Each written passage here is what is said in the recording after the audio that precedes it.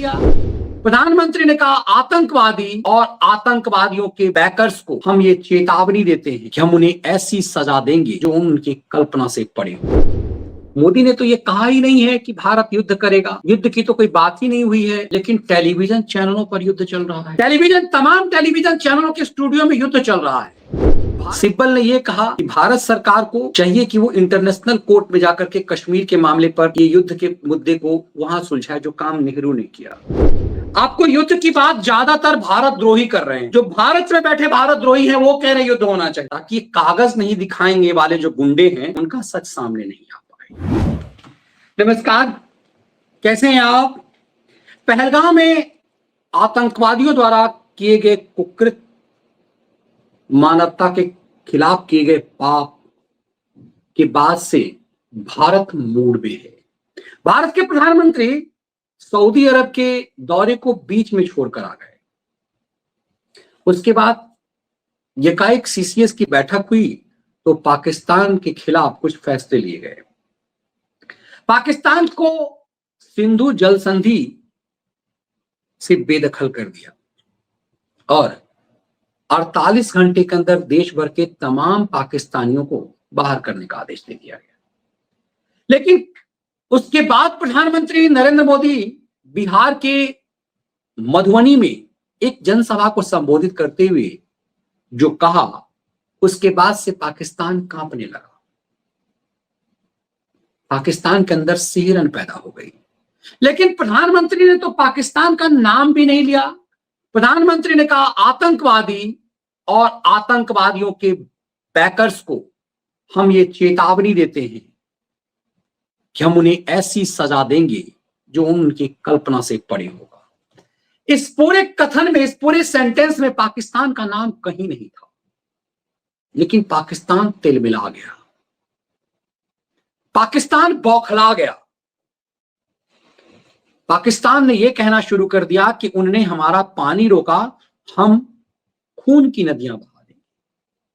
खून की बात पाकिस्तान से शुरू हो गई। कमाल की बात यह है कि भारत के प्रधानमंत्री ने एक बार भी नहीं कहा कि हम पाकिस्तान को नस्त नाबूद कर देंगे, हम पाकिस्तान को बर्बाद कर देंगे। लेकिन पाकिस्तान और यहां पाकिस्तान परस्तों में बेचैनी छा गई। पाकिस्तान परस्त नग्न होने लगे और नैरेटिव बनाने लगे।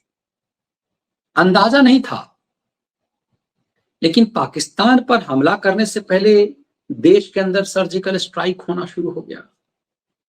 ऐसे ऐसे पाकिस्तानी पकड़े गए जो 40-40 साल से यहां रह रहे हैं, यहां के मुस्लिम महिलाओं से शादी करके पाकिस्तानी बच्चे पैदा कर रहे हैं।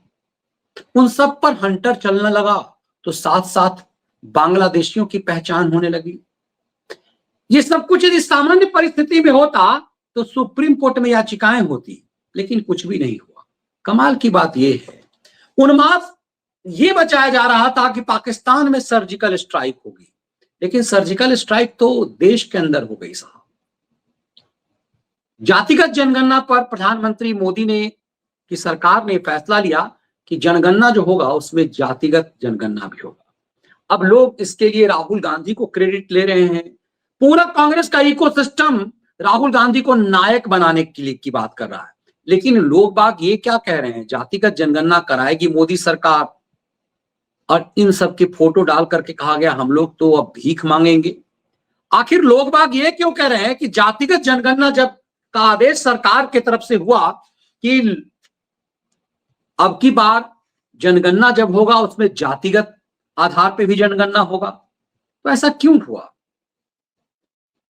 कि लोग ये कह रहे हैं कि ये सब के सब अब भीख मांगेंगे? क्या इनके पास क्या, ये जातिवादी पार्टियां, इन जातिवादी पार्टियों का क्या होगा यदि जातिगत जनगणना होगी? तो लोग सवाल ये उठाने लगे।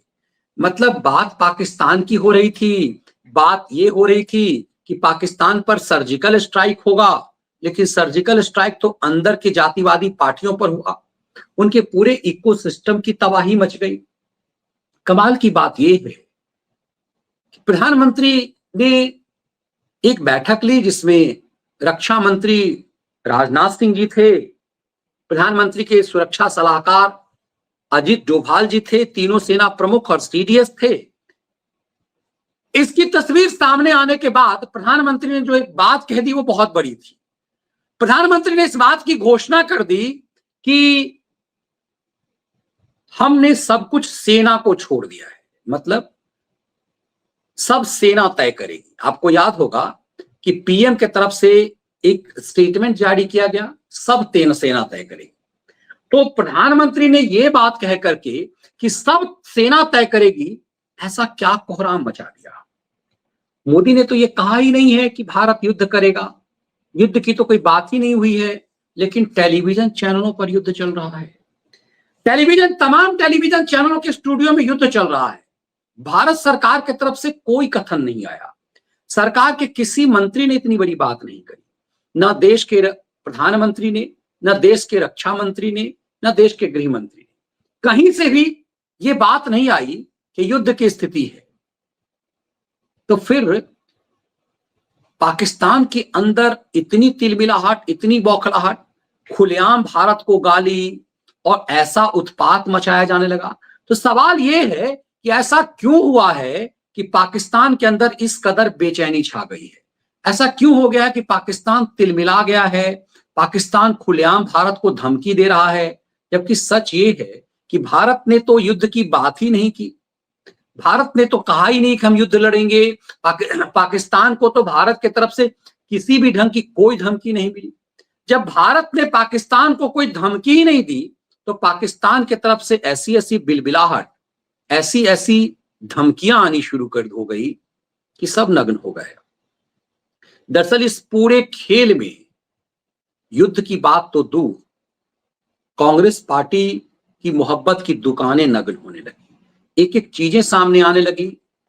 इस बात को लेकर के पाकिस्तान के पक्ष में कांग्रेस पार्टी खड़ी दिखाई देने लगी और एक एक चीजें ऐसी आने लगी जैसे जरा कांग्रेसी नेताओं के बयान को यदि आप देखेंगे। कश्मीर तक ट्रैवल किया तो लोगों ने जो बात बोली वो ये थी कि उन्हें चाहिए टूरिज्म, उन्हें चाहिए रोजगार, उन्हें चाहिए शांति। And 370 is done and dusted. I can show you those clips. वो भी कश्मीर के ही लोग थे। नहीं चाहिए टूरिज्म, नहीं चाहिए तरक्की। मैं आपको बोल रहा हूँ, ना टूरिज्म चाहिए कश्मीरियों को, ना तरक्की चाहिए। आप हमारी आजानों पे हमला करोगे, आप कहोगे टूरिज्म चाहिए। आप हमारे नमाजों पे हमला करोगे, आप टूरिज्म की बात कर रहे हो। हिजाब पे हमला हुआ, आप टूरिज्म की बात करोगे। मैंने कश्मीर में एलओसी तक ट्रैवल किया। अब देखिए, अब ये कांग्रेसी नेताओं के बयान से साफ लग रहा है ये कौन है जो बात कह रहा है। वो कांग्रेस का कद्दावर नेता है। ये भारत जोड़ो आंदोलन में पप्पू भाई के साथ था। ये है इनका असली चेहरा। अब देखिए इससे क्या हो रहा है, ये वही बोल रहा है। मैं आपको बोल रहा हूं, ना टूरिज्म चाहिए कश्मीरियों को, ना तरक्की चाहिए। आप हमारी आजानों पे हमला करोगे, आप कहोगे टूरिज्म चाहिए। आप हमारे नमाजों पे हमला करोगे, आप टूरिज्म की बात कर रहे हो। हिजाब पे हमला हुआ, आप टूरिज्म की बात करोगे। मैंने ये भाई कश्मीर में एलओसी तक अब ये देखिए कि इससे साफ लग रहा है कि ये कांग्रेस की बेचैनी है। दरअसल इस पूरे मामले में कांग्रेस पार्टी ने कह दिया कि संसद का अधिवेशन बुलाया जाए। आपको याद है सबसे पहले ये बात सिब्बल ने कहा। सिब्बल ने कहा कि आपातकाल में भारत को अंतर्राष्ट्रीय कोर्ट जाना चाहिए। सिब्बल ने यह कहा कि भारत सरकार को चाहिए कि वो इंटरनेशनल कोर्ट में जाकर के कश्मीर के मामले पर ये युद्ध के मुद्दे को वहां सुलझाए, जो काम नेहरू ने किया। उसके बाद सिब्बल ने कहा कि संसद की विशेष बैठक बुलाई जाए। उसी बात को लेकर कांग्रेस कूद गई। अब इसी बात को लेकर के शरद पवार ने डिमांड कर दी।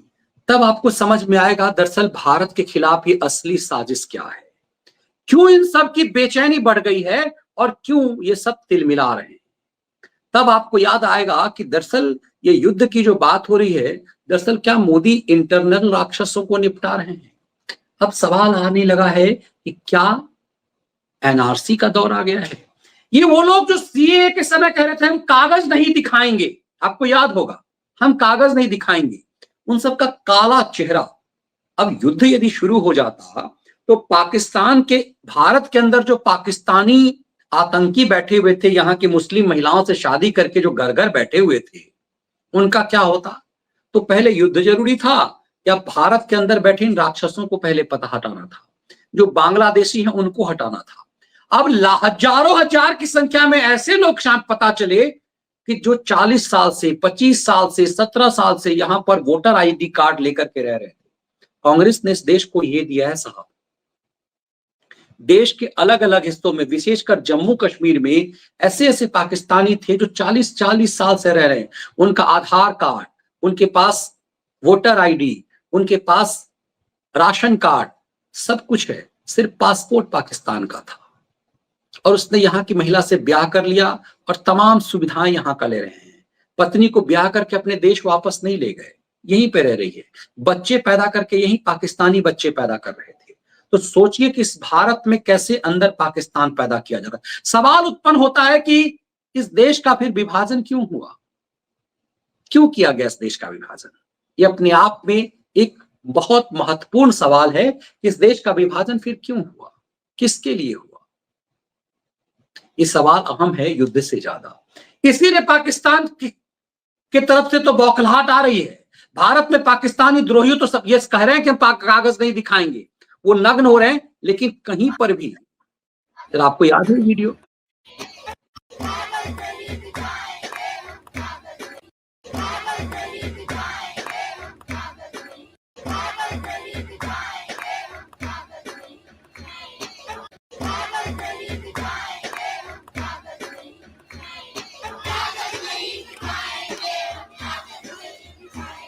मगर क्यों? आइए देखते हैं, मजा आएगा। यहाँ का नहीं बना हुआ हमारा पासपोर्ट। हम ऐसे पाकिस्तानी नेशनल्स वहाँ से पासपोर्ट अप्लाई करके थ्रू लीगल तरीके से आए थे हम, ठीक है। हम यहाँ पे 17 सालों से, हम 2008 में आए थे, 24/11/2008 में। हमने वोट भी कास्ट किया, हमारे हर एक डॉक्यूमेंट्स यहाँ के बने। आधार कार्ड है, इलेक्शन कार्ड है, राशन कार्ड है, हमारा डोमिसाइल है मेरी यहाँ की, बाकी सारे डॉक्यूमेंट्स मेरे बने। अब मैं यहाँ से कहाँ जाऊंगा? मेरा 10th भी यहाँ से हुआ है, 12th भी मेरा यहाँ से हुआ है, मेरा बैचलर चल रहा है अभी। कराची की। मुझे 41 साल हो गए हैं यहाँ। पाकिस्तान से कब आए थे, कितने साल हो गए आपको आए हुए? मुझे यहाँ 40 साल हो गए हैं भैया। 40 साल से मैं यहाँ रह रही हूँ। मेरे बच्चे 3 हैं, तीनों की शादियाँ मैंने की है, पढ़ा इन्होंने इधर ही है। गजब कौम है।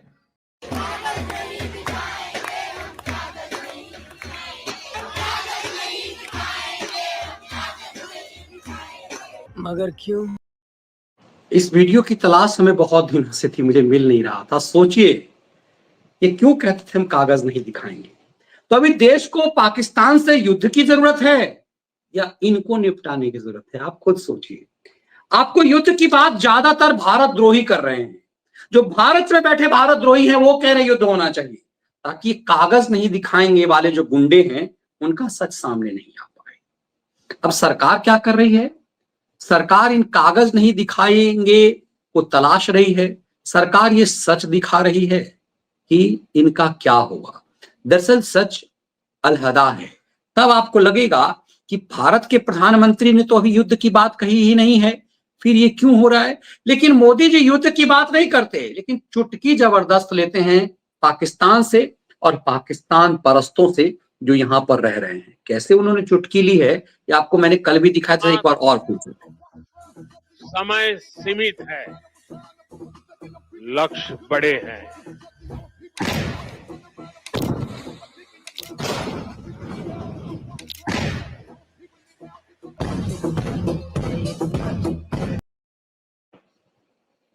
ये कह रहे हैं समय सीमित है, लक्ष्य बड़े हैं। क्यों कहा प्रधानमंत्री ने ऐसा कि समय सीमित है, लक्ष्य बड़े हैं? और फिर उन्होंने कहा कि हम वर्तमान परिस्थितियों को जोड़ करके नहीं कह रहे हैं। दरअसल यही वजह है कि पाकिस्तान के अंदर बेचैनी छा गई है, और यही वजह है कि आप देखेंगे कि पाकिस्तान के संसद में क्या कुछ हो रहा है। यही वजह है कि आप देखेंगे कि वहां उन्माद एवं उत्पात मचा हुआ है। पाकिस्तान की संसद में किस तरह की बातें हो रही है, ये साफ है कि डर का माहौल पाकिस्तान में क्यों हो रहा है और क्यों हम कह रहे हैं कि डर बहुत अच्छा है। अपोजिशन वो भी उसकी मजम्मत कर रही है। अभी दिल्ली में आम आदमी पार्टी के जो लोग हैं उन्होंने उसकी मजम्मत की है। उत्तर प्रदेश में आप जाएं, समाजवादी पार्टी ने उसकी मजम्मत की है। किसी ने भी मोदी को इतनी सपोर्ट नहीं दी। उसको कहा है कि ये तुम्हारा वाकया है, तुम पहले मुसलमानों के खिलाफ हो, अभी तुम्हें जो है अपने के लिए कोई ना कोई कवर चाहिए। तो हमें इस चीज को उसी तनाजुर में लेना चाहिए। ऐसे भड़के माता है, यकीन करें कि उसकी पूरी इंडिया की जो अपोजिशन है वो भी उसकी मजम्मत कर रही है। अभी दिल्ली में आम आदमी पार्टी के जो लोग हैं उन्होंने उसकी मजम्मत की है। उत्तर प्रदेश में आप जाएं, समाजवादी पार्टी ने उसकी मजम्मत की है। किसी ने भी मोदी को इतनी सपोर्ट नहीं दी। उसको कहा है कि ये तुम्हारा वाकया है, तुम पहले ही मुसलमानों के खिलाफ हो, अभी तुम्हें जो है अपने के लिए कोई ना कोई कवर चाहिए। तो हमें इस चीज को उसी तनाजुर में लेना चाहिए। सोचा, ये पाकिस्तान के संसद में चर्चा हो रही है कि भारत में अखिलेश यादव, कांडी केजरी गैंग, कांग्रेस पार्टी किस तरह से हमारे साथ खड़े हैं। तो दरअसल युद्ध पाकिस्तान से भारत लड़े या भी इनको निपटाए, जो पाकिस्तान परस्त यहां है। लेकिन पाकिस्तान के अंदर का जो डर है वो क्यों ऐसा लगता है कि डर बना है? तो फिर जंग के लिए तैयार। उन्होंने कह दिया ना, अगर हमारा पानी बंद करेंगे तो फिर जंग के लिए तैयार हो जाए। ये जो 130 एटॉमिक हमारे पास वेपन है, ये हमने हिंदुस्तान के लिए रखे हैं। नई सलाह आपको दी गई है कि भाई पाकिस्तान से जरा डर के रहो, उसके पास न्यूक्लियर बम। ऐसा है वो ताकत, वो मैं खुद लाहौर जाकर के चेक करके आया। ये मोदी होना है। तब आपको समझ में आएगा कि प्रधानमंत्री मोदी ने तो युद्ध की बात की ही नहीं है। पाकिस्तान बौखलाया है, पाकिस्तान के अंदर डर का माहौल है। पूरे पाकिस्तान में मीडिया दिखा रही है कि कैसे पाकिस्तानी आर्मी अपना जगह छोड़ छोड़ करके भाग गई हुई है। बॉर्डर पर जहां जहां उसकी तस्वीरें थी वो सब भाग गया हुआ है। तब आपको समझ में आएगा कि ये पाकिस्तान परस्त ये कौन लोग हैं, क्यों ये आदमी जो है वो कह रहा है पाकिस्तान आज ये तारीफ कर रहा है अखिलेश यादव की, क्यों वो कांडी केजरी की तारीफ कर रहा है। तब आपको समझ में आएगा इनके अंदर का भय कि पाकिस्तान में सिर्फ वही नहीं हो रहा, दरअसल इनके हालात को भी देखिए। ये अहमदाबाद की तस्वीरें। हमें लोगों ने कि हमने कहीं घर वर मरे साहब जी, क्या हम क्या करेंगे? अभी कब से धूप में फिर रहे, पानी नहीं है, कुछ नहीं है। जो बांग्लादेशी है उन्हीं को डिटेन किया गया है। अहमदाबाद के चंदोला लेक एरिया में बड़े अब पैमाने सोचिए, पर बुलडोजर ये बांग्लादेशी हैं चलाया गया और ये अवैध निर्माण में रह रहे हैं। अवैध निर्माण के नाम पर पहले इनको निपटाया जा रहा है। और दूसरी तरफ पाकिस्तान के अंदर के खौफ को देखिए, ये रिपोर्टर बता रहे हैं।